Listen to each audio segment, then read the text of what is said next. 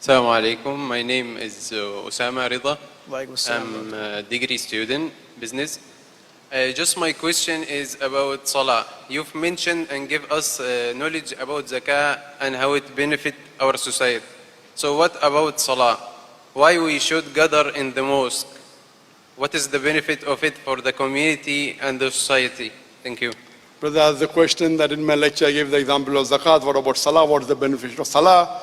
Why should you go to the mosque and have a congregation and gathering? Brother, I've given a full lecture on Salah, the programming towards righteousness. It's for about 1.5. I don't intend doing that. You cannot cover all the points in one lecture. Salah is the second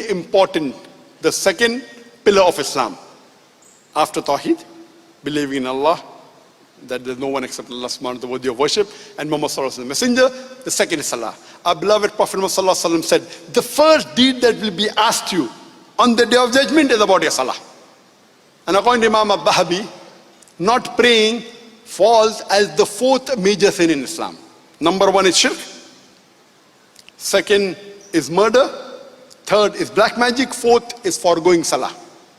It is the fourth major sin in Islam. And our beloved Prophet Muhammad said, mentioned in Sahih Bukhari, volume 1 in the book of Salah, that if you pray in Jama'ah, you get 25 times, 27 times more sawab. So praying in Jama'ah is 25 to 27 times better congregation. And there are several hadith of our beloved Prophet Muhammad. There are hadith of Prophet Muhammad, it's mentioned in Sahih Bukhari, volume 1 in the book of Salah, that the Prophet said that people do not come to the mosque for the Jummah Salah. He felt like telling one of the Sahaba to lead the Salah so that he would go and burn the houses of those people who did not come for the Jummah Salah. There's another hadith in which the Prophet Muhammad said. So based on the scholars, praying Jummah Salah is fard. And if you do it for 3 times without reason, Allah blocks your heart.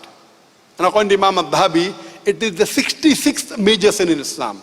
Not praying persistently Jummah Salah in congregation is the 66th major sin.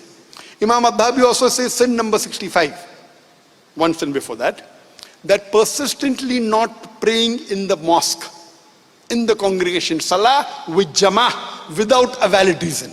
There's another hadith of Sahih Bukhari, volume 1, book of Salah. The Prophet said, the hypocrites did not come for the Fajr Salah or the Isha Salah. And if they knew the reward, they would come crawling. I felt like telling one of the Sahabas to lead the Salah so that I can go out and burn the homes of the men with them in it who did not come for the congregation Salah. So praying in Jama'ah, the 5 times Salah, according to very few scholars it is mustahab sunnah. Majority scholars says it is fard. Imam al-Dhahabi says in his book, in Qabair, it is the 65th major sin that if you do not pray 5 times Salah in the congregation in the mosque. So most of the scholars agree that you have to pray unless you have a valid reason, that if maybe you're traveling or if you're sick. Or normally at the time of the Sahabas, if a person did not come to the mosque to pray, he was either sick or he was a munafiq. That's what the Sahabas did. So praying compulsory in the Salah in congregation is a must. What are the various benefits? I can give a talk for 1 hour only on scientific benefits. Time doesn't permit me, but you can see my video cassette. You come closer to the Muslim Ummah, you get guidance from the Imam, your khushu increases. The best time, the best peace of mind is the time of Salah. And the best part of Salah is the sujood. Allah mentioned sajda and sujood in the Quran 92 times. But if you know what khushu is, you will understand it. You can only enjoy the fruit if you have a taste of it. So if you know what benefit of Salah, one minor benefit I'll tell you. You know, people say, you know, the 10 richest men in the world, and list goes on. Mukesh Ambani number 10, and Warren Buffett, and number 1 goes to Bill Gates. Now it is Jeff something. He's overtaken Bill Gates recently. Jeff someone, who's the owner of Amazon. He's overtaken Bill Gates. Number 1. And there was another post that says, number 10 Ambani, number 3 Bill Gates, number 2 Jeff. Number 1 is who?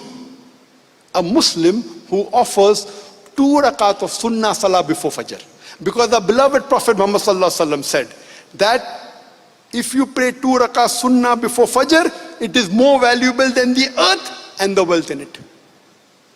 So if you have a Muslim, you understand that, you will know the reward of that. It is a Sunnah Salah. Sunnah Muakkada. So imagine what would be the reward for the Fajr Salah. But how many Muslims realize that? Many do, but not all.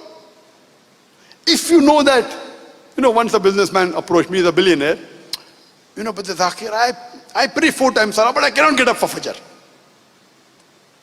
So I told him, that what if you have a meeting tomorrow, early in the morning, at 5:30, where if the deal clicks, you'll get $1 billion. He said, I will not sleep the full night. So I told him, the Sunnah Salah of the Fajr is more valuable than the world and the wealth in it.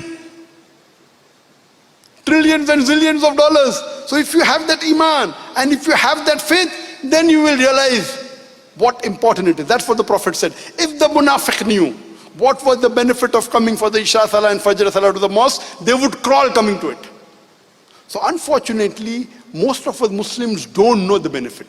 But Alhamdulillah, I'm happy in Malaysia as compared to India. The percentage of Muslims praying in India is very small in the mosque.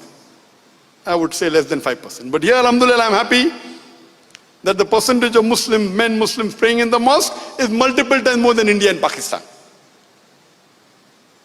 But as a Muslim, the benefit you get, the sukoon, the serenity, the peace, it is much more than the wealth. So if you know what peace is, you will value it. If you don't know, you won't value it. So if a Muslim reads the Quran and the Hadith and understands what benefit it is, then you will care less for the material things. And you will come closer to the deen and you'll find the benefit. For more details, refer to my talk, Salaah, the Programming Towards Righteousness. Hope that answers the question.